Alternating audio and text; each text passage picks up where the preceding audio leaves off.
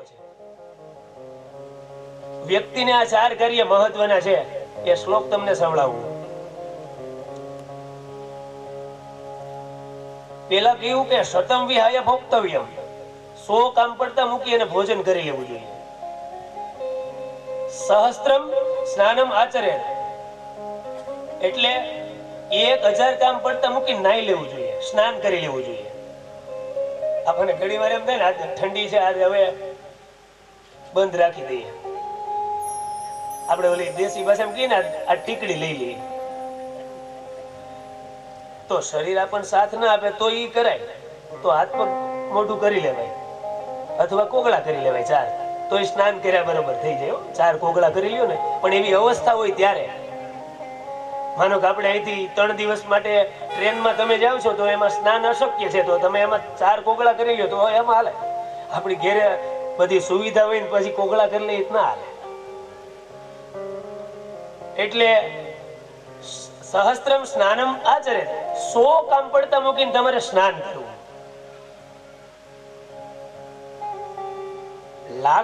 લક્ષમ કોટી દાનતવ્યમ, 1,00,000 કામ પડતા મૂકીને દાન કરી લેવાનું. શાસ્ત્રમાં કીધું છે તમે 1,00,000 કામ પડતા મૂકી અને દાન કરી લેવાનું. તમારી પાસે જે સગવડ હોય, પ્રભુએ જે કૃપા કરી હોય ને એમાંથી. આપણી પાસે 100 રૂપિયાની સગવડ છે તો એમાંથી આપણી ઈચ્છા હોય કે આપણે 10 રૂપિયાનું દાન કરી શકીએ એમ છીએ, તો ઈ જ્યારે સમય હોય ને ત્યારે દાનના સમય હું બતાવીશ આગળની કથામાં. ક્યારે ક્યારે દાન કરવું જોઈએ તો એનાથી 1000 ગણું થઈ જાય. આપણા અન્ય રહસ્ય પડેલા છે ભાગવતજીમાં. અને ઈ 100% તમને કહું કે આ 7 દિવસની અંદર રહસ્ય વાળી કથા હું તમને સમજાવીશ. કદાચ બધાએ સાંભળી જ હોય ભાગવત કથા, પણ અમુક રહસ્યનું ઉદ્ઘાટન આપણે કરશું કે જેનાથી આપણને સાંભળવા મળે, આપણા જીવનની અંદર એ નિયમ ઉતારવા થાય. એવી કથાઓ આપણે ગ્રહણ કરીશું. સહસ્ત્રમ સ્નાનમ આચરે, 1000 કામ પડતા મૂકી સ્નાન કરવું, 1,00,000 કામ પડતા મૂકી અને દાન કરી લેવું. અને છેલ્લે શું કીધું? કોટિમ ત્યક્ત્વામ હરિમ ભજે, 1 કરોડ કામ પડતા મૂકી અને હરિનું ભજન કરી લેવું જોઈએ. આ બધું કામ કરતા કરતા કદાચ સમય ન રહે, આમાં બધું ચૂકાઈ જાય, પણ ઓલું નહીં ચૂકવવાનું, હરિનું ભજન કરવાનું ક્યારે નહીં ચૂકવવાનું. રામ રામ, કૃષ્ણ, રાધે શ્યામ, જેની ઉપર શ્રદ્ધા હોય, જે દેવી દેવતા ઉપર શ્રદ્ધા હોય, કોટિમ ત્યક્ત્વામ હરિમ ભજે, 1 કરોડ કામ પડતા મૂકી અને રામનું નામ લઈ લેવું જોઈએ. એટલે તમારો ભવ પાર ઉતરી જાય. આપણા ઋષિમુનિએ અનેક એવા શ્લોકો લખેલા છે. એટલે 3 ટાઈમ પણ ભોજન કરીને ભગવાનની કથા સાંભળો. એમાં કોઈ એટલે કોઈ આપણને બાદ નથી.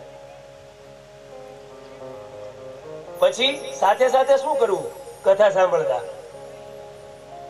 કામમ ક્રોધમ મદમ માનમ, ક્રોધ છે એને શાંત કરવો. મદ છે ત્યારે અહંકાર ન આવવો જોઈએ. કથામાં બેઠા બેઠા અહંકાર ના આવી જવું જોઈએ, અભિમાન ના આવવું જોઈએ. પછી માન, મત્સર, ઈર્ષા ન થવી જોઈએ. લોભ ન થવો જોઈએ. લોભ કેવી જગ્યાએ કરવાનો હોય? કરકસર કેવી જગ્યાએ કરાય? જ્યાં કરાતી હોય ત્યાં કરકસર કરાય. તમે દેવતાઓનું કાર્ય કરો ત્યાં કરકસર કરાય નહીં. ધર્મ કાર્યમાં, દાન માટે, આવા ભગીરથ કાર્યની અંદર ક્યારેય કરકસર કરવી જોઈએ નહીં. એમ પરમાત્મા એનું ફળ આપે છે. આવા કાર્યની અંદર તમે સહભાગી થાવ તો આ કાર્યમાં તમારો 1 રૂપિયો કદાચ આમાં વપરાણો હોય ને તો એનાથી 1000 ગણું પરમાત્માએ તૈયાર રાખ્યું હોય. એટલા માટે લોભ પણ ના કરવો, દંભ નહીં કરવાનો. દંભ એટલે શું? આપણને બધી જ ખબર પડતી હોય છતાંય આપણે કોઈને જાણ ન કરી અને કહેવામાં આવે દંભ. એ પેલા બગલાને તમે જોવો ને એટલે દંભ, બગલો છે ને દંભનું પ્રતીક છે. તમે જોજો નદી કિનારે બગલો એવો શાંતિથી બેઠો હોય, પણ એ કોની વાટ જોઈને બેઠો હોય? આપણે એમ લાગે ને બગલો એકદમ સૂતો છે, આંખો બંધ હોય, એ નદી કિનારે બેઠો હોય બરોબર માછલી કે કઈક આવે ને એટલે તરત શાંતિથી પકડી લે. માછલીને ખબર ના પડવા દે. માછલીને એમ થાય કે કઈક કઈક બીજું ગમે છે, એટલે એ દંભ કહેવાય. એટલે દંભ ન કરવો જોઈએ. દંભ એટલે શું? આપણે જાણીએ છીએ છતાંય કોઈનું ઊંધું થતું હોય ને તો એને કેવું જરૂરી છે. એટલે દંભ નહીં કરવાનો. નકર ઘણી વાર આપણે આમાં કથાઓ બધી ભાગવતની કથા જે સાંભળતા હોય નિત્ય એને ખબર હોય કે હવે આ કથા આવશે, પણ વક્તાની બધીની શૈલી અલગ હોય. તો કે આ કથા મને ખબર જ છે, આગળ વામન ભગવાનનો જન્મ થઈ જાય તો મને ખબર જ છે, પણ વક્તાની શૈલી અલગ હોય. એને શું કહેવાય? દંભ. અમે તો એ કે ભાગવતજી માંથી આમ હોહરવા નીકળી ગયા, અમને બધી ખબર છે ભાઈ, ત્યાં અમારે કઈ સાંભળવું, એને કહેવામાં આવે દંભ. જાણીએ છે છતાંય જોડાતા નથી, એટલા માટે દંભ ન કરવો ભાગવત કથા સાંભળવા માટે. મોહ ન કરવો, ઘણા બધા કાર્ય છે. દ્વેષ ન કરવો, કોઈનો દોષ નહીં જોવાનો. નકર પેલા પોચા કાઢવાની ટેવ હોય ને બધાને, ભાઈ એ તો આમ તેમ, આમાં ઈ કાંઈ નહીં, બધું મૂકી દેવાનું. જો આમાં કીધું ને આ બધી વસ્તુ તમે મૂકી દો ને એટલે આ ભાગવતની અંદર તમને ગેરંટી મારી દઉં 100% કે ભાગવત ભગવાનના આ સાનિધ્યમાં તમે બેઠા હોય ને તમે આને પ્રાર્થના કરજો એટલે તમારું કાર્ય સિદ્ધ કરી દેશે. પણ આ બધી વસ્તુ તમારે છોડીને આવવું પડે. ત્યારે ક્રોધ, મદ, માન, મત્સર, લોભ, દંભ, મોહ, ઈર્ષા અને દ્વેષ, આ બધું છોડી દેવાનું. એટલે તમારું કાર્ય પરમાત્મા સિદ્ધ કરી દે છે, એ ભાગવત ભગવાન સિદ્ધ કરી દે છે. પછી તો આગળ કીધું છે કે કેવા વ્યક્તિને આ ભાગવત કથા છે ને ફળ આપે છે. ભાગવત કથા સાંભળવાનો ફાયદો શું છે? આપણે તો ફાયદો જ ગોતીએ ને, કળિયુગના માનવી છીએ. લાભ ક્યાં છે, ફાયદો શું છે ઈ લાવો. તો ભાગવત ઋષિ મુનિઓને તો ખબર જ હતી કે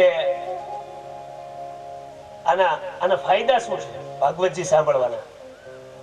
તો કદાચ કોઈ દરિદ્ર હોય ને, નિર્ધન વ્યક્તિ હોય ને, તો આ સાનિધ્યમાં આવીને એને સંકલ્પ કરે ને તો એને ધનવાન બનાવે હોય આ ભાગવતજી. બીજું કે કોઈ ક્ષય રોગી હોય, રોગ કોઈને મટતો ન હોય, રોગ જડતો ન હોય, ગંભીર બીમારી હોય, તો એવી બીમારી જ્યારે હટતી ન હોય ને ત્યારે તમે આને માથું નમાવી અને પ્રાર્થના કરજો અથવા પારાયણ કરવાનો સંકલ્પ કરજો એટલે એ રોગમાંથી તમને મુક્તિ અપાવશે. એ આ ભાગવત છે. આ તો બે પ્રકારના શારીરિક રોગને પણ મુક્તિ અપાવે અને ભવ રોગને પણ મુક્તિ અપાવે. આ ભાગવત છે. પછી એનાથી આગળ કીધું કે નિર્ભાગ્ય પાપ કર્મવાન. કદાચ કોઈ પાપી જીવ એવો હોય ને, એકવાર આને માથું નમાવી દે ને એટલે એના પાપનો નાશ કરી નાખે. મેં ગઈકાલે કીધું ને કે આ તો અજ્ઞાનતાનો નાશ કરવાનો ગ્રંથ છે. આમાંથી ઘણું બધું જાણવા મળે. અમારી કથા આવતી હોય ને, અમે ધાર્યું એ વ્યક્તિ આવીને કે આજથી દાદા અમારું આ વ્યસન છે ને ભાગવતજીને અર્પણ, આજથી અમે આ નહીં કરીએ. જીવનની અંદર નિયમો બદલી જાય છે, એ આની કૃપાથી થાય છે. તો કોઈ ભાગ્યહીન હોય ને, એના ભાગ્ય નબળા હોય, મંદાસુ મંદહ, ભાગ્ય નબળું હોય તો એનું ભાગ્ય પણ એનો ભાગ્યોદય કરી નાખે, પ્રબળ બનાવે છે. એ આ ભાગવત છે. અનેક ગ્રહોની પીડા હોય, અનેક દોષોની પીડા હોય, પિતૃ દોષ હોય, અનેક પ્રકારના દોષ હોય, પણ તમે આને શ્રવણ કરો અને આનું પારાયણ કરો ને એટલે આ દોષમાંથી મુક્તિ આપે છે અને તમારા ભાગ્યનો ઉદય કરે છે. આ એનું ફળ છે. એનાથી આગળ અન્ય પતયો મોક્ષ કામ, અને છેલ્લે શું કહી દીધું વેદ વ્યાસજીએ? છેલ્લે તો આપણે શું જોઈએ? મુક્તિ જોઈએ કે બીજું કઈ? મોક્ષ જોઈએ ને. આપણે હું ભગવાનને કહીએ હે પરમાત્મા એના આત્માને શાંતિ આપજે, મોક્ષ આપજે. છેલ્લે તો વ્યક્તિને ઈ જ જોઈએ. બીજું બધી વસ્તુ પરમાત્માએ આપી દીધી હોય તો એ વ્યક્તિ પરમાત્મા પાસે શું માગે? મુક્તિ માગે. હે પરમાત્મા મારી મુક્તિ થાય. તો આ તો મુક્તિ દાને ને ગરજતી, આ તો મુક્તિ અપાવવા વાળો ગ્રંથ છે, મોક્ષ અપાવવા વાળો ગ્રંથ છે. એ શ્રીમદ ભાગવત મહાપુરાણ છે. તો આ કથાથી કોઈ રોગી હોય તો રોગ મટી જાય, કોઈ ભાગ્યહીન હોય તો એના ભાગ્ય પ્રબળ થઈ જાય, કોઈને મોક્ષની કામના હોય તો મોક્ષની પ્રાપ્તિ થાય. છેલ્લે તો કીધું પુત્રહીન હોય. ગઈકાલની કથામાં આત્મદેવની કથા સાંભળી ને, પુત્રહીન વ્યક્તિ હોય ને, સંતાનહીન હોય, જેની વંશ પરંપરા શરૂ રાખવી, ભાગવતની ઉપાસના કરે ને તો એ પણ આપે છે. એવો શ્રેષ્ઠ અને સુલભ ગ્રંથ છે અને અક્ષય ફળની પ્રાપ્તિ કરાવે છે. અક્ષય ફળ પરમાત્માની કૃપાથી મળી જાય ને એ પછી કોઈ દિવસ ખૂટે નહીં, અખંડ રહે. ગમે તે તમે ત્યાં હાથ નાખો ને એટલે તમારા હાથમાં આવી જાય. તમે ઘણી વાર જોયું હોય ને સાધુ સંતોની આમ જોવો ને તો આમ જોતા આપણને લાગે કે આ સંતો ક્યાંથી બધું કાઢતા હશે, આ કેવી રીતે બધું કરતા હશે. પણ એને પરમાત્માની અક્ષય કૃપા થઈ હોય. કારણ કે સંતનું હૃદય છે એ એકદમ શુદ્ધ હોય, પરમાત્માની સાથે એ જોડાયેલો જીવ હોય. એટલા માટે ગમે ત્યારે એની બંડીમાં હાથ નાખે ને કોઈ દિવસ ખાલી હાથ નીકળે નહીં. બજરંગદાસ બાપાને આપણને બધાને ખબર છે. તો એને અક્ષય ફળની પ્રાપ્તિ કહેવાય. ગમે ત્યારે જરૂર પડે ને ત્યારે સંકલ્પ સિદ્ધ થઈ જાય. મોટા મોટા કાર્યો પરમાત્માનું નામ લઈ અને પ્રારંભ કર્યો હોય એટલે સંપન્ન થઈ જાય. એને અક્ષય ફળ કહેવામાં આવે છે.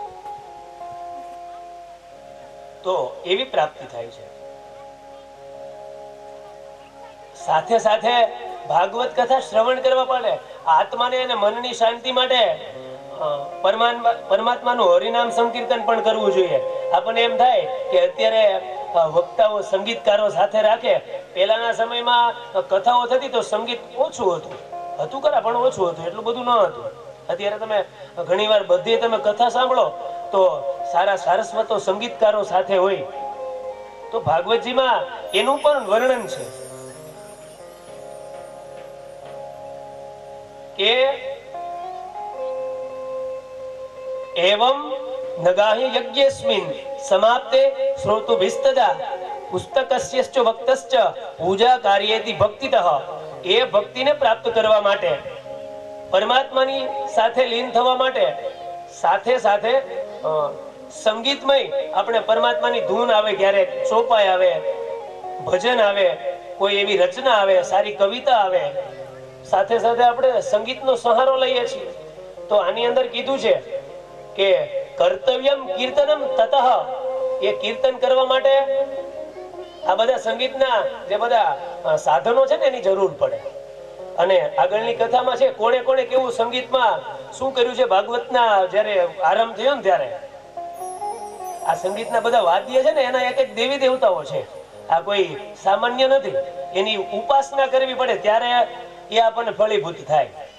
પેલા સંગીતના ક્લાસ કરવા માટે જવું પડે ને, શીખવા માટે, એમ એની ઉપાસના કરવી પડે. તો એ કીર્તન માટે એ સંગીતના બધા સાધનો છે એ પણ જરૂરી છે. એટલા માટે આપણે સંગીતમય કથા કરીએ તો આપણા આત્માને આનંદ આવે છે. તો એ લોકોએ, દરેક વ્યક્તિઓએ, શ્રોતાઓએ સુંદર મજાની જ્યારે જ્યારે પરમાત્માની હરિનામ સંકીર્તન આવે ત્યારે ધૂન પણ કરવી જોઈએ, કથા સાંભળવી જોઈએ. આ ભાગવતજીમાં તો લખ્યું છે કે મૃદંગમ તાલ લલિતમ કર્તવ્યમ કીર્તનમ તથા. સાથે સાથે મૃદંગનો તાલ પણ જોઈએ, મૃદંગ વાગવું જોઈએ જ્યારે જ્યારે કીર્તન થાય ને ત્યારે. અહીંયા તમને હું શ્લોક આવશે ત્યારે હું બધું સંભળાવીશ કે મૃદંગ કેવી રીતે વગડે, મૃદંગ કોણે વગાડ્યું હતું, કયા સમયે વગડ્યું હતું, તેમજ વીણા કોણે વગાડી હતી? આપણા સંગીતના સાધનોમાં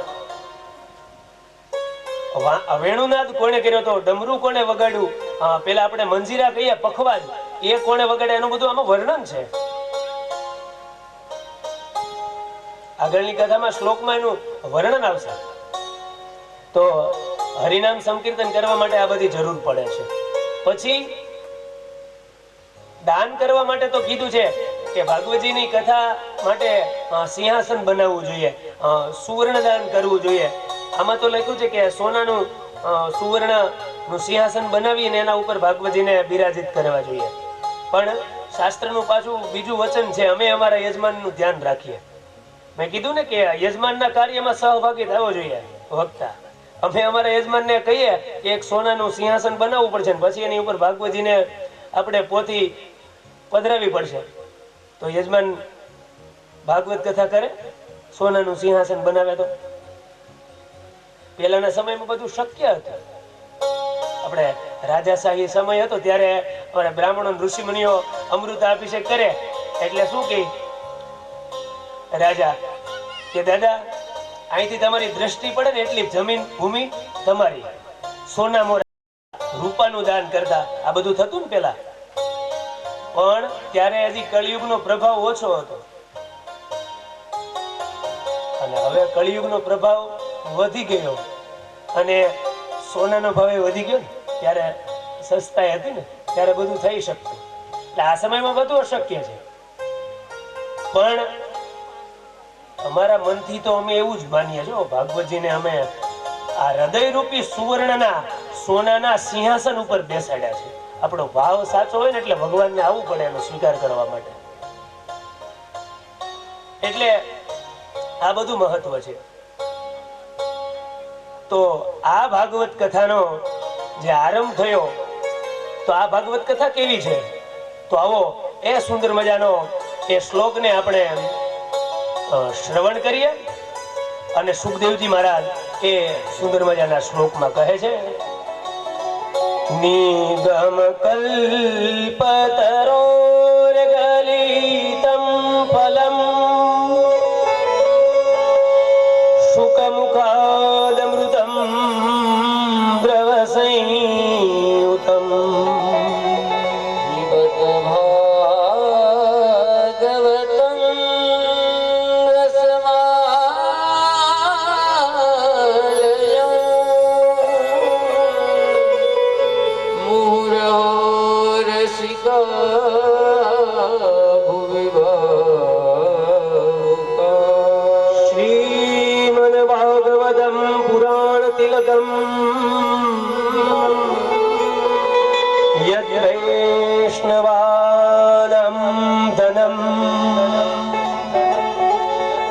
यस्मिन् पारमहंस्यमेव ममलं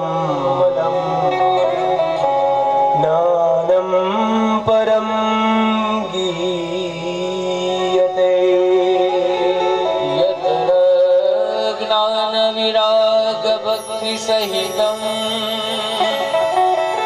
नैष्कर्म्यमाविष्कृतं प्रपठन् विचारणपरो भक्त्या विमुच्यते नर.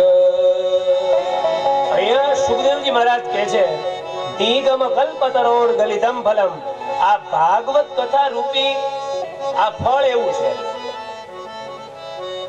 કે એ ક્યારેક ફૂટતું નથી. એનો રસ સદાયને માટે આપણને મધુર લાગે છે. રસિકા ભુવિ ભાવુકા, એનો રસ ક્યારે પૂરો નથી થતો, એનો પ્રવાહ શરૂ ને શરૂ રહે છે. તમે હમણાં આપણે કેરી આવશે તો કેરી તમે ખાઓ તો એકદમ મધુર લાગે, પણ એ કેરીનો રસ પૂરો થઈ જાય એટલે એમાંથી છોતરા ને ગોઠલા નીકળે, પછી એ ના ખાઈ શકો. તો આ ફળ અહીંયા કેવું છે, એને છોતરાય નથી ને ગોઠલીય નથી, એવું સરસ મજાનું ફળ છે. એ ભાગવત રૂપી આ ફળ છે. પીબદ ભાગવતમ રસમાલયમ મુહુર હો રસિકા ભુવિ ભાવુકા. માટે તો તમે એ રસ છે ને એ પીધે રાખો, ક્યારેય આ રસ ખૂટતો નથી, એ ઓછો નથી થતો, મધુર મધુર રસ છે. એવું સરસ મજાનું આ ભાગવત રૂપી ફળ છે. અને ભાગવત પુરાણ તિલકમ વૈષ્ણવાનામ ધનમ, આ તો પરમહંસોની સંહિતા છે. સુખદેવજી મહારાજ જેવા પરમહંસો થઈ ગયા, ઋષિમુનિઓ થઈ ગયા, અનેક ઋષિમુનિઓ થઈ ગયા, એનો સંવાદ છે કે જે 7 દિવસમાં મુક્તિ આપે છે. આપણા જીવનને કેટલા દિવસ છે? 7 દિવસ. તમે ગણો, આપણા વાર કેટલા? 7. આમ કહેવાય અઠવાડિયું, પણ દિવસ 7 જ છે. આપણે બોલીએ ખાલી અઠવાડિયું, પણ દિવસ 7 જ છે. તમે આજે સોમવાર છે ને, સોમવારથી શરૂ કરો. સોમવાર, મંગળવાર, બુધવાર, ગુરુવાર, શુક્રવાર, શનિવાર અને રવિવાર. પાછો સોમવાર તો 8મો દિવસ થઈ જાય ને. એટલે 7 જ દિવસ છે. અને આ જીવનના પણ આપણા 7 દિવસ છે. આપણી મુક્તિ આ 7 દિવસમાં જ થવાની છે. કોઈ પણ એક વારમાં જ મૃત્યુ આવવાનું છે. પણ એ મૃત્યુને મંગલ બનાવવા માટે, આ મૃત્યુને સુધારવા માટે શું કરવું? તો આવા પુરાણોની કથાને સાંભળવી, અન્ય ચરિત્રોની કથા સાંભળવી. એટલા માટે આ વૈષ્ણવનું પરમ ધન કહેવામાં આવે છે. આ તો ઋષિઓનું ધન છે, ભક્તોનું ધન છે. મોટામાં મોટું ધન છે ને એ પરમાત્માનું ધન છે. આ ધન ક્યારેય ખૂટે નહીં. એટલે મોટામાં મોટું આ ધન છે. અને આ જ્યારે ભાગવત કથાનો આરંભ થયો ગંગાજીના કિનારે, ત્યારે અનેક ઋષિમુનિઓ તેમજ અનેક ભક્તજનો એ ગંગાજીના કિનારે આવે છે અને પોતપોતાનું જે ભક્તિ છે એ કરે છે. અહીંયા શ્લોકમાં બતાવ્યું છે કે જ્યારે ભાગવત કથાનો આરંભ થયો ને ત્યારે એકદમ સુંદર મજાનું વાતાવરણ થયું. સંગીતનો મૃદંગનાદ તેમજ વીણાનો નાદ. અનેક દેવી દેવતાઓ આવ્યા છે, ઋષિમુનિઓ આવ્યા છે, 88,000 ઋષિમુનિઓ આવ્યા છે. અને એ સમયે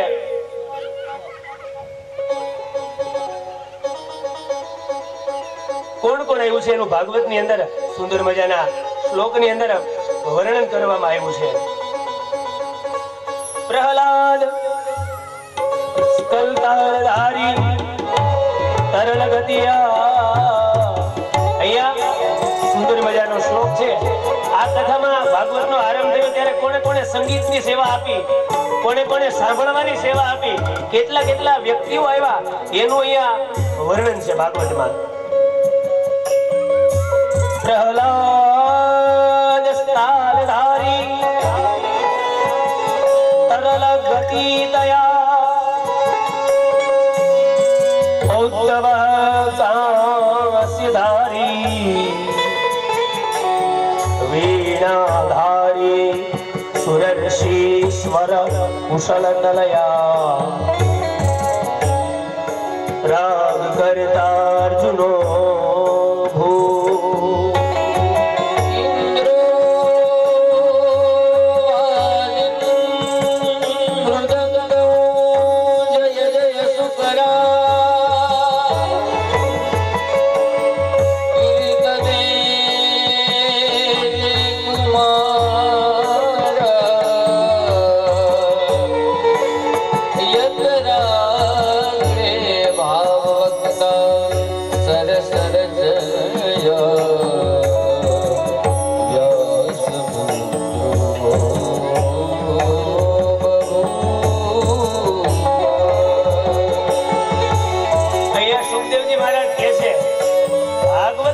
ગંગાના કિનારે આરંભ થયો અને કોણ કોણ આવ્યું અને કોણે શું કર્યું?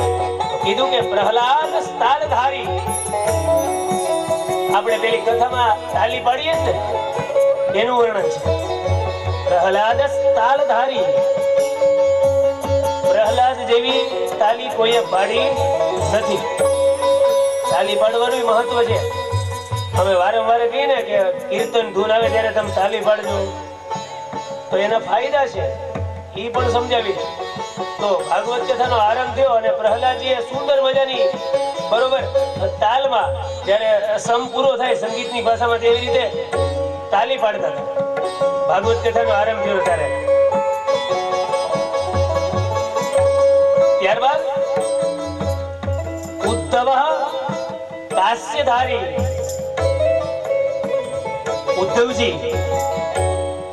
ઉદ્ધવજીએ પેલા આપણે મંજીરા આવે ને પેલાના સમયમાં આપણે ઠાકોરજીની પધરામણી કરાવવા જતા ત્યારે પેડે તબલા બાંધ્યા હોય અને પેલા પખવાજ મંજીરા આવતા ને એ મંજીરા છે ને પેલા મંજીરા ઉદ્ધવજીએ વગાડ્યા.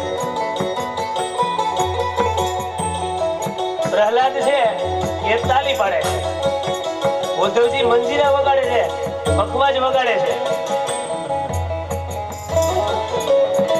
અને નારદજી આવે છે અને દેવદત્ત નામની વીણા નારદજીને પ્રાપ્ત થઈ.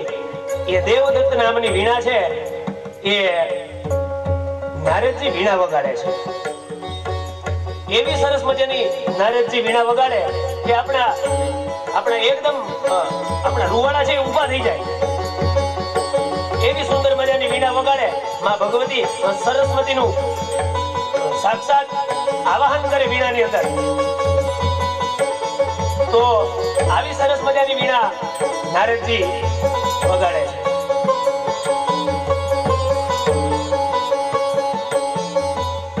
ત્યારબાદ સ્વર કુશલતયા રાગ કરતા અર્જુન ધારી.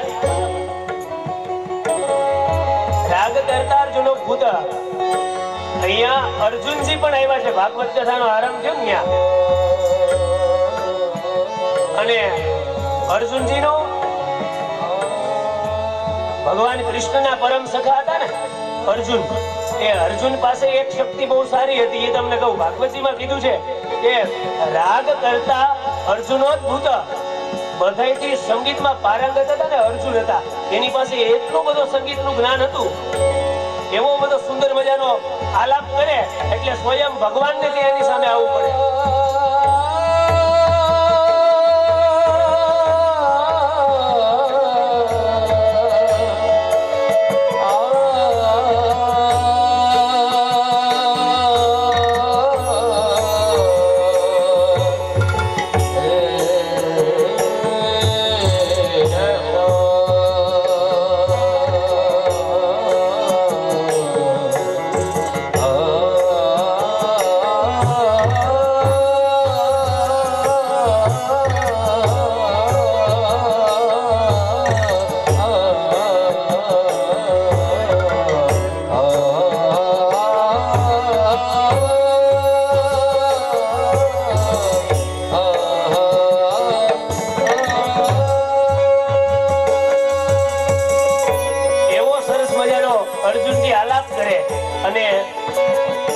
ઠાકોરજીને ભગવાન સ્વયં પોતાના મિત્ર કૃષ્ણને લડાવે.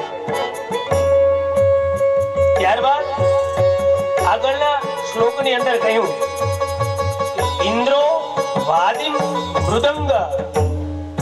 સ્વયં ઇન્દ્રએ મૃદંગનો નાદ કર્યો છે. અને એવો સરસ મજાનો ઇન્દ્ર છે એ મૃદંગનો નાદ કરે એટલે દેવતાઓ છે ને નાચવા લાગે છે. એવો સરસ મજાનો ઇન્દ્ર છે મૃદંગનો નાદ કરે છે.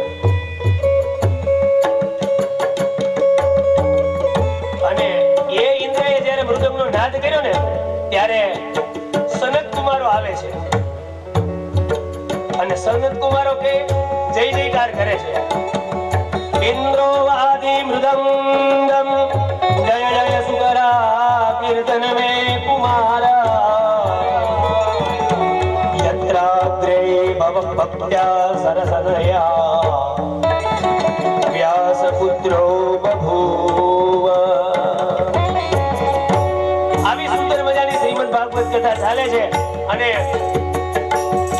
સંતાદિક જય જયકાર કરે છે. આપણે જયારે બહુ આનંદ આવી જાય સંગીતમાં કીર્તનમાં ત્યારે શું કહીએ જય હો એમ કહે ને. જય જયકાર કરે છે શ્રીમદ ભાગવત કથાના આરંભની અંદર.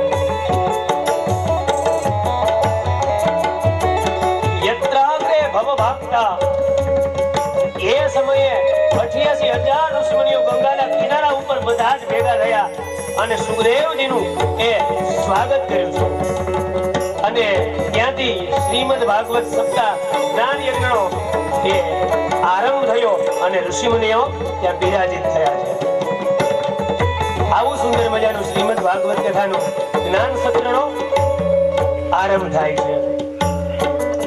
આવો આપણી કથામાં પણ અહીંયા આપણું કથાનું મહાત્મય છે એ ભગવાન ભાગવતજીને અર્પણ કરીએ, પિતૃ દેવતાઓને અર્પણ કરીએ કે આજનું અમારું મહાત્મય છે એ પરમાત્મા તમને અર્પણ કરીએ છીએ. ને પ્રથમ સ્કંદની શરૂઆત, પ્રથમ સ્કંદના પ્રથમ અધ્યાયની અને પ્રથમ શ્લોકની આપણે શરૂઆત કરીએ.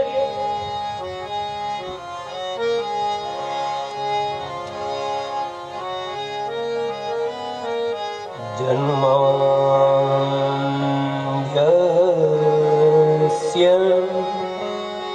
યતોન્વયાદિતરતા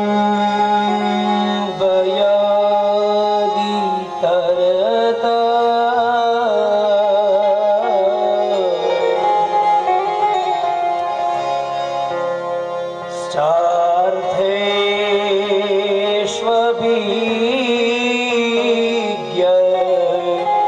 સ્વરા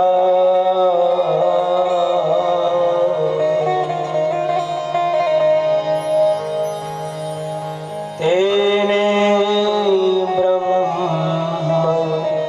હરણાય આદિ કવયે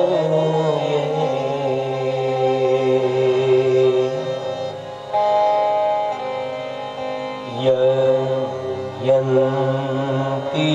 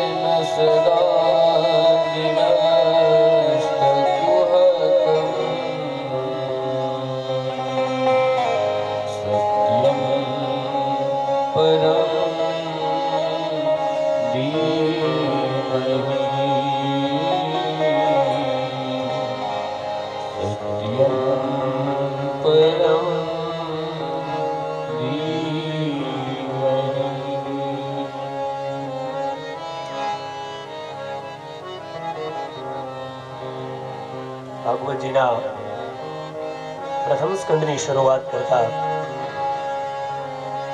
વેદવ્યાસજી સુંદર મજાનું મંગલાચરણ કરે છે.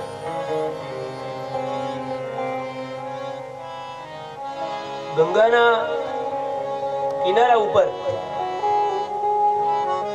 એ જ આનંદ નામના ઘાટ ઉપર સરસ મજાની શ્રીમદ ભાગવત જ્ઞાન યજ્ઞનો પ્રારંભ થાય છે.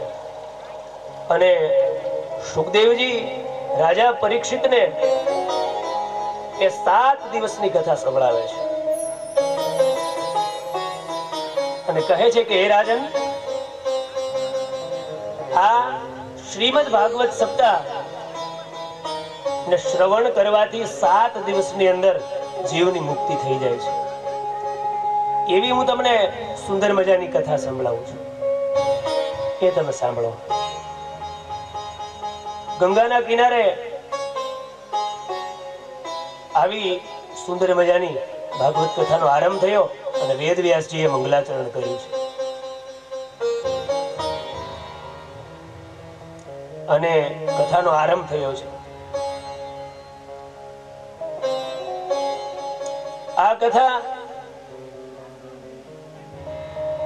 3 સંવાદની અંદર કથા સમાયેલી છે.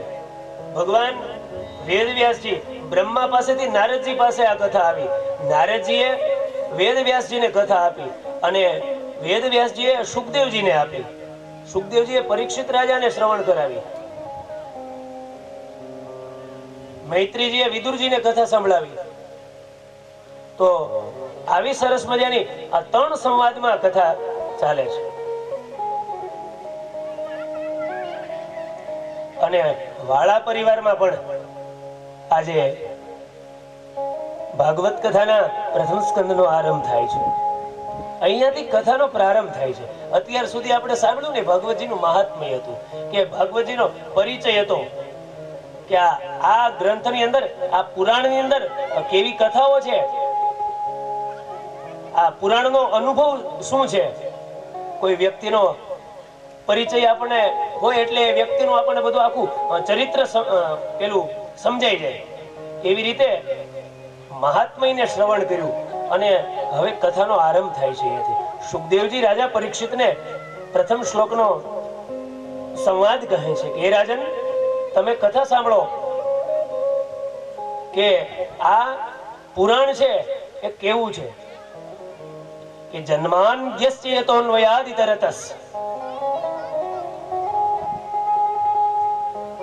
જેના થકી એ પરમાત્મા થકી, એ જ તત્વ થકી આખા આ બ્રહ્માંડનું સર્જન થયું છે. અને એ જ પરમાત્મા સર્જન અને વિસર્જન કરે છે, ઉત્પત્તિ, સ્થિતિ અને લય કરે છે. એવું પરમાત્માના સ્વરૂપના ગુણાનુવાદ છે કે જેના થકી પાલન, પોષણ અને પ્રલય થાય છે, સંહાર થાય છે.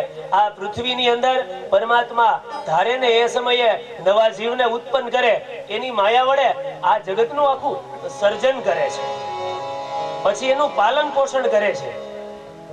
આ જગતમાં કઈ કઈ, આ બ્રહ્માંડની અંદર, આ વિશ્વની અંદર કયા કયા તત્વની જરૂર છે એ પૂરું કોણ પાડે છે? એ પરમાત્મા પાડે છે. આ જગત આખું બનાવ્યું કોણે? પરમાત્માએ. અને આ જ ભૂમિની અંદર જ્યારે પ્રકોપ વધી જાય ત્યારે શું થાય? એનો લય પણ એ જ કરે ને. તો એ પરમાત્મા કરે છે, એનો પ્રલય પણ એ જ કરે છે. આવી પરમાત્માની કથા છે. અને પોતે સ્વયં પ્રકાશિત છે, પોતાના સંકલ્પથી આખું સૃષ્ટિનું સર્જન કરે ને એક સંકલ્પથી વિસર્જન કરે છે. જગ ચોર સે બુટા ભરા, જગ ચોર સે બુટા ભરા, ક્યારે કિનારી છાપશે દીવત હો, કેટલા હશે દીવત હો, કેટલા હશે રંગ બેઠો હશે રૂખડી તણો ઈનો કર્યો રજના ક્યાંથી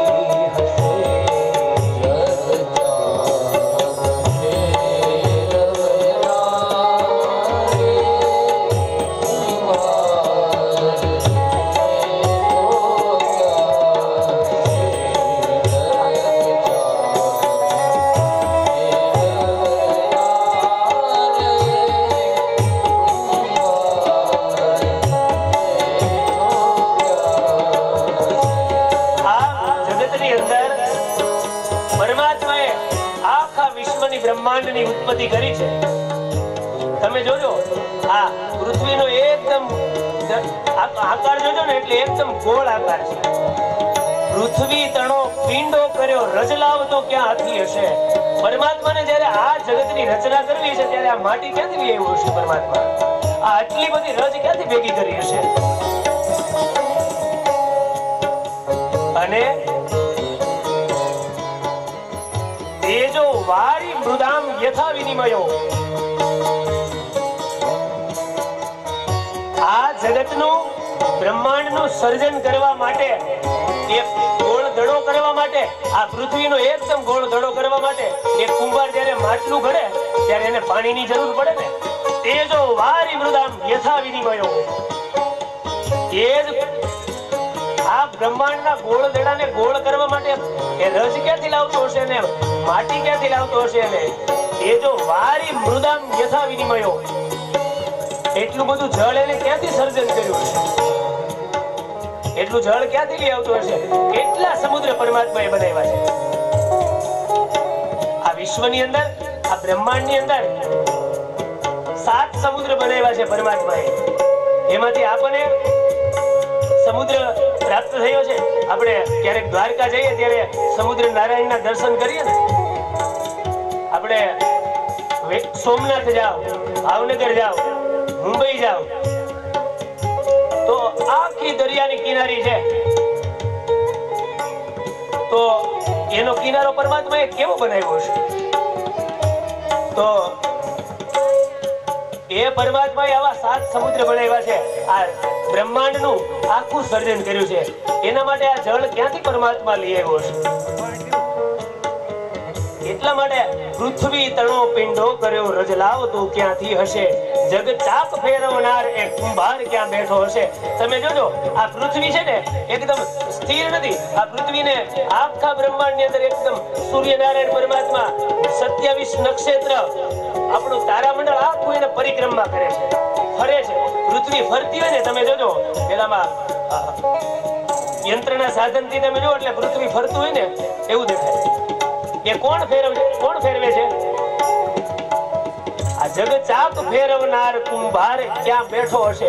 એ ક્યાં બેઠો હશે ને કેવી રીતે આ પૃથ્વીને એકદમ આ સર્જન કરતો હશે ને ફેરવતો હશે? એ બીજો કોઈ નહીં પણ એ જ સ્વયં પરમાત્મા છે. જેને તમે રામ કહો, જેને તમે શ્યામ કહો, જેને તમે કૃષ્ણ કહો, એ પરમાત્મા છે. તેજો વારી મૃદામ યથા વિનિમયો યત્ર ત્રિસર્ગો મૃષામ. પરમાત્માએ આ જગતની અંદર 3 ધામો પોતાના નિર્મિત કર્યા છે. અને સાહિત્યકારો પણ કહે છે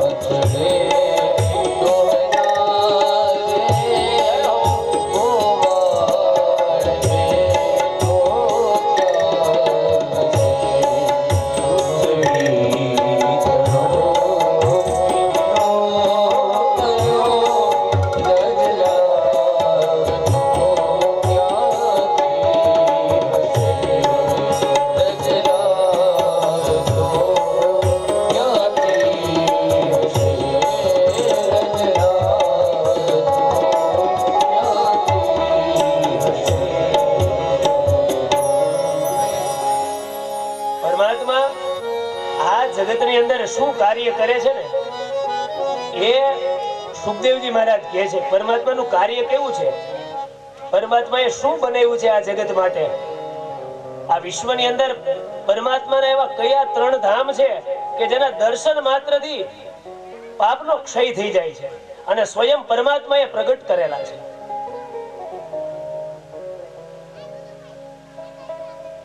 તો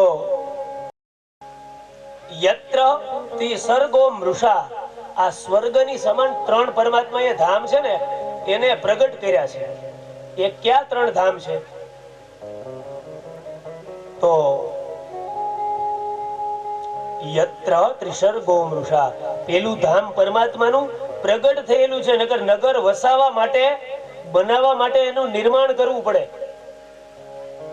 પણ આ તો સ્વયં પરમાત્માએ પ્રગટ કરેલા 3 ધામ છે. એમાંનું પેલું ધામ છે આપણા ભારત વર્ષને અને આપણને પ્રાપ્ત થયું છે પશ્ચિમ તટે, જેને દ્વારિકા કહેવામાં આવે છે. સ્વયં પરમાત્માએ પ્રગટ કરેલું છે દ્વારિકાને. જ્યારે પરમાત્મા મથુરાથી દ્વારકા આવતા હતા ત્યારે વિશ્વકર્માને આદેશ કર્યો કે જાઓ તમે દ્વારકા નામની નગરી વસાવો, હું મથુરાથી દ્વારકા આવીશ. એટલે સ્વયં ધામ પરમાત્માનું દ્વારિકા છે. જેની તમે દ્વારકા જાઓ અને ગોમતીજીમાં સ્નાન કરો અને દ્વારકાધીશની મૂર્તિના તમે દર્શન કરો એટલે તમારા પાપનો નાશ થઈ જાય, તમારી મનોકામના પરિપૂર્ણ થઈ જાય. એવું પરમાત્માનું ધામ છે જેને દ્વારિકા કહેવામાં આવે છે. આપણી એવી તો બીજી 7 નગરી છે: અયોધ્યા, મથુરા, માયા, કાશી, કાંચી, અવંતિકા, પુરી, દ્વારાવતી ચેવ સત્યતા મોક્ષદાયિકા. આ 7 નગરી છે ને મોક્ષદાયી નગરી છે. તમે આ 7 નગરીના નામ સાંભળો તો પણ મોક્ષની પ્રાપ્તિ થાય છે, પરમધામ મળે છે. એમાંનું આપણું દ્વારિકા છે. બીજું સ્વયં પરમાત્માએ પ્રગટ કરેલું છે જેને મથુરા કહેવાય. મથુરાના કારાગૃહની અંદર સ્વયં કૃષ્ણનો જન્મ થયો છે, પ્રગટ થયા છે. પરમાત્મા જ્યારે પ્રગટ થવાના હતા એની પહેલા પરમાત્માએ મથુરા નામની નગરી વસાવી છે અને એ પ્રગટ કર્યું છે. એટલા માટે એને ધામ કહેવામાં આવે છે. એનાથી આગળ ગોકુળ, જેની અંદર પરમાત્માએ ત્યાં લીલા કરી છે, બાળ લીલા છે પરમાત્માએ બધી ગોકુળની અંદર કરેલી છે. આ 3 પરમાત્માના ધામ છે અને તે સ્વર્ગ સમાન છે. એ 3 ધામની યાત્રા કરી હોય, ગોકુળ, મથુરા અને દ્વારિકા, એટલે આ 7 નગરી 68 તીર્થની તમે યાત્રા જે કરો ને એનું પુણ્ય ફળ એમાં પ્રાપ્ત થાય છે. કારણ કે આ 3 નગરનું, આ 3 ધામોનું મહત્વ છે. સ્વયં પરમાત્માએ પ્રગટ કરેલા ધામો છે.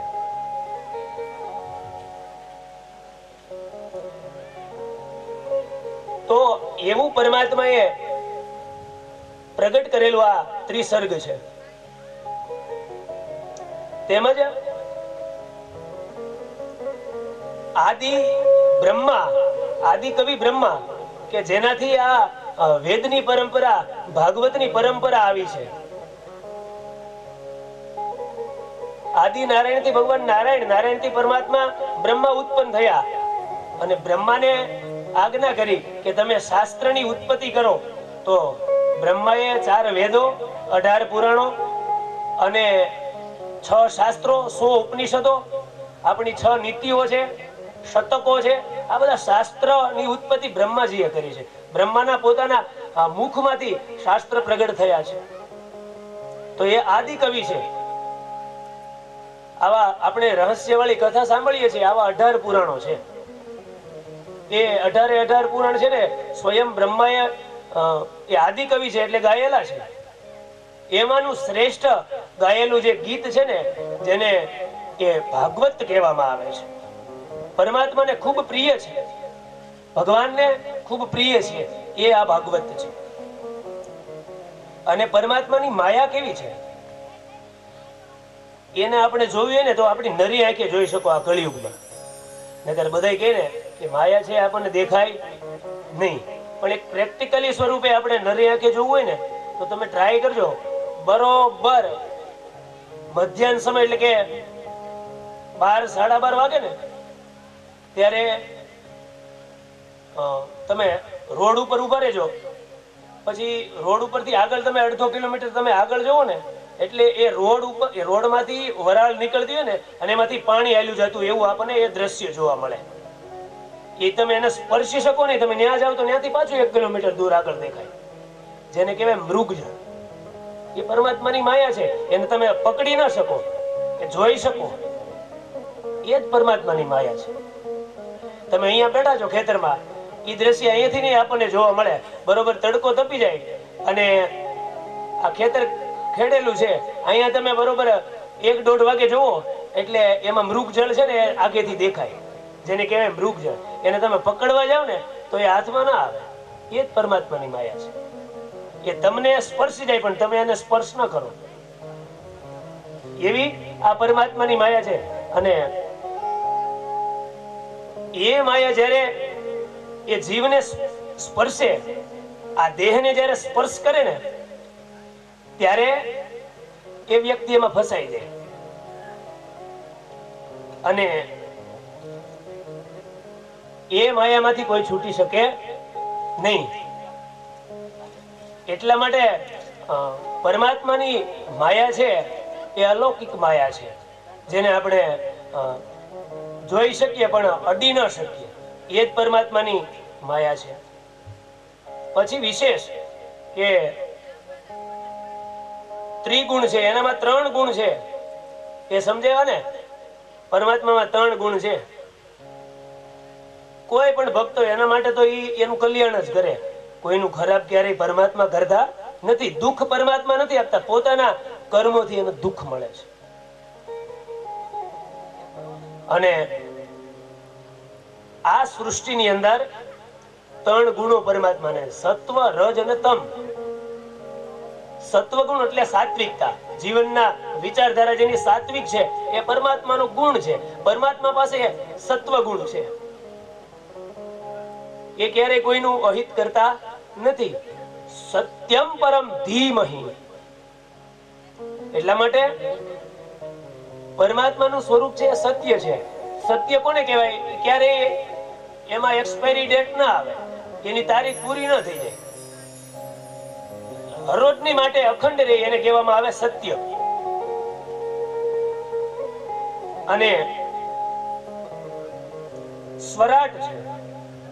પરમાત્મા સર્વગુણ સંપન્ન છે. બ્રહ્માજી જેવા દેવતાઓ પણ મોહ પામે છે. આ પરમાત્માની માયા એવી છે કે સ્વયં બ્રહ્માજી પણ મોહ પામી જાય. આપણે બધાએ કથા સાંભળી ને પેલી, ભગવાન વૃંદાવનની અંદર જ્યારે ગાયો ચરાવતા હતા અને ત્યારે પેલો વત્સાસુર નામનો અસુર આવ્યો અને ભગવાનનું બધું જ આખા વાછડાઓ અને ગાયો બધું હરણ કરી લીધું હતું. તો એ સમયે આ બધું કોણ જોતા હતા? બ્રહ્મલોકમાંથી બ્રહ્માજી જોતા હતા. એટલે ત્યારે બ્રહ્માજીને કહ્યું હતું કે પેલા વત્સાસુરે બધું આખું હરણ તો કરી લીધું છે, પણ ઘરેથી બધા જ ગોવાળિયાઓ ગયા છે, તો પાછા કેવી રીતે ઘરે જશે? આનું સર્જન કેવી રીતે થશે? અને ત્યારે એ બ્રહ્મા જોવે છે અને પરમાત્માએ એવી લીલા કરી કે આખું જે મંડળ હતું ને પાછું સર્જન કરી દીધું. જેવી ગાયો, વાછરડાઓ, આખું વૃંદાવન ધામ પ્રગટ કરી દીધું. અને એ બ્રહ્માજીને પણ મોહ પામી ગયા. અને 1 વર્ષ પછી પેલા ગોવાળિયાઓ ભગવાનની સાથે હતા ને, એને નહોતી ખબર કે આપણી જેવા બીજા આખા ગોવાળિયાઓ પરમાત્માએ બનાવી દીધા છે. ઓલાને તો પેલું સ્વરૂપ હતું, એને તો પેલો વત્સાસુર લઈ ગયો હતો પોતાનામાં. અહીંયા તો પરમાત્મા એવી માયા કરી, એના જેવું આખું બીજું રૂપ ધારણ કરી દીધું. એ પરમાત્માની માયાથી થયું. એટલા માટે બ્રહ્માજી એને મોહ થયો, એવું પરમાત્માને પણ મોહ થઈ ગયો કે ઓહો, આ તો ભગવાન કૃષ્ણની માયા છે, આને કોઈ ન જાણી શકે. એટલા માટે એને પણ મોહમાં નાખી દે. એ બ્રહ્મ છે, એ પરમાત્મા છે. અને એ સત્વ ગુણથી પ્રભાવિત કરે છે, જે પોતામાં સ્વયં પ્રકાશથી એ જ્યોતિર્મય થાય છે. એ માયાને કોઈ ઓળખી શકતું નથી.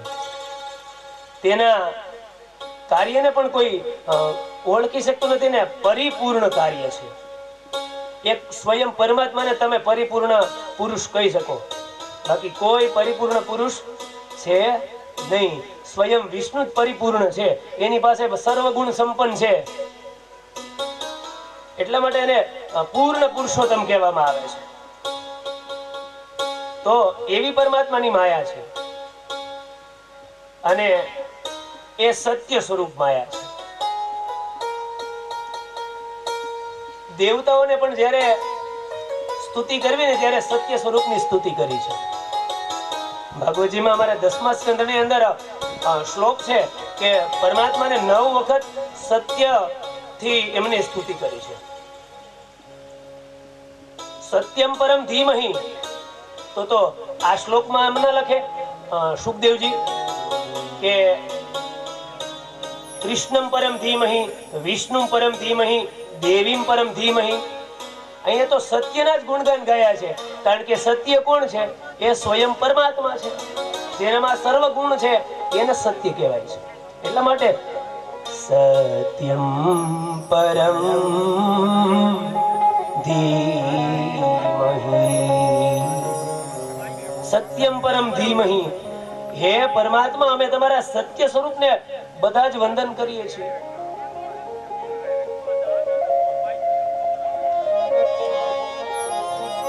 અને સુખદેવજીએ એક સુંદર મજાના શ્લોકમાં પરમાત્માના સત્ય સ્વરૂપના વખાણ કર્યા છે. આવો એ શ્લોકને પણ આપણે સાંભળીએ.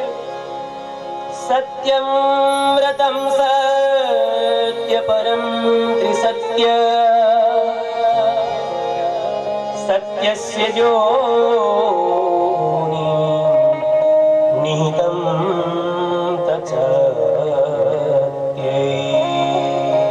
સત્યસ્ય સત્યામૃત સત્યનેત્રમ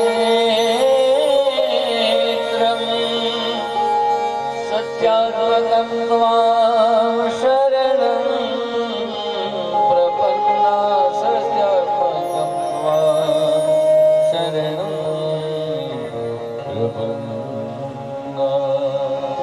આવા સત્ય સ્વરૂપને સુખદેવજીએ વંદન કર્યા છે. સંસાર સુખ વાદળની છાયા